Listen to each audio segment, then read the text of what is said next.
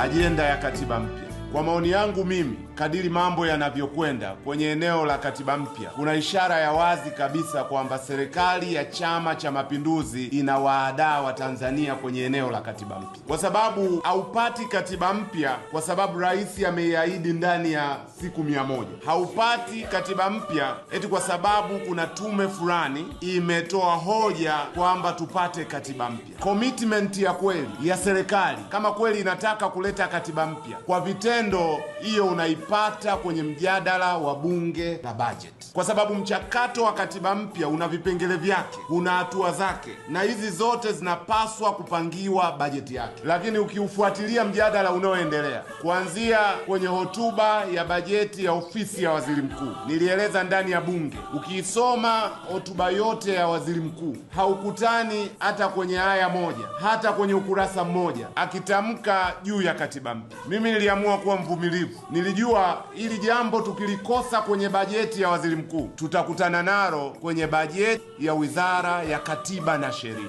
Lakini kwa masikitiko makubwa sana, kwenye hotuba ya bajeti ya wizara ya katiba na sheria, kama ilivyokuwa kwa waziri mkuu, namo humo haukuti hata mara moja wakitamka juu ya katiba mpya. Nikasema kama sijaipata kwenye hotuba, niende kwenye randama. Kwenye randama ndio unakutana na mafungu yote, fedha zote zilizotengwa. Nimekwenda kule, nimesoma randama zote za wizara ya katiba na sheria, sijakutana na shilingi hata moja ambayo imetengwa kwa ajili ya mchakato wa katiba mpya. Hii maana yake ni nini? Ni kwamba bunge la bajeti linaloendelea hivi sasa hapa Dodoma halijatenga hata senti moja kwa ajili ya katiba mpya. Hii maana yake serikali ya Chama cha Mapinduzi inatuadaa Watanzania. Huku nje unatawala wimbo wa katiba mpya kwa maneno matupu. Humu bungeni kwenye wakati wa kutenga fedha kwa ajili ya mchakato wa katiba mpya haitengwi hata shilingi moja. Hitimisho langu mimi ni kwamba serikali ya Chama cha Mapinduzi inasogeza muda mbele. Inataka huu mwaka 2026 2027 pasiwe na mchakato wote ule wa maana wa katiba mpya. Na kama una katiba mpya, hauna tume huru ya uchaguzi, hauna mageuzi ya msingi ya kisiasa. Sababu mageuzi ya kisiasa, mageuzi ya kiuchumi, mageuzi ya kijamii, msingi wake unaupata kwenye katiba mpya. Na mimi ninawaahidi hatutokubali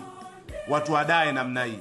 Tutaendelea kuwadhihirisha kwa Watanzania nia halisi ambayo wanayo mioyoni mwao. Wito wangu, tunatoa wito kwa serikali kwa namna itavyoona inafaa, mpaka tunahitimisha mjadala wetu wa bajeti kwa kuipitisha bajeti kwa ujumla wake, ni lazima ieleze bayana ni kiwango gani cha fedha kimetengwa kugharamia mchakato wa katiba mpya. Wito wangu wa pili, tunaitaka serikali itoe kalenda kamili ya mchakato wa katiba mpya. Tutaanza na hatua gani? Imetengewa fedha kiasi gani? Na hii itakuwa wakati gani? Itafuatiwa na hatua gani? Mpaka hatua ya mwisho ambayo ni kura ya maoni kwa maana ya referendum.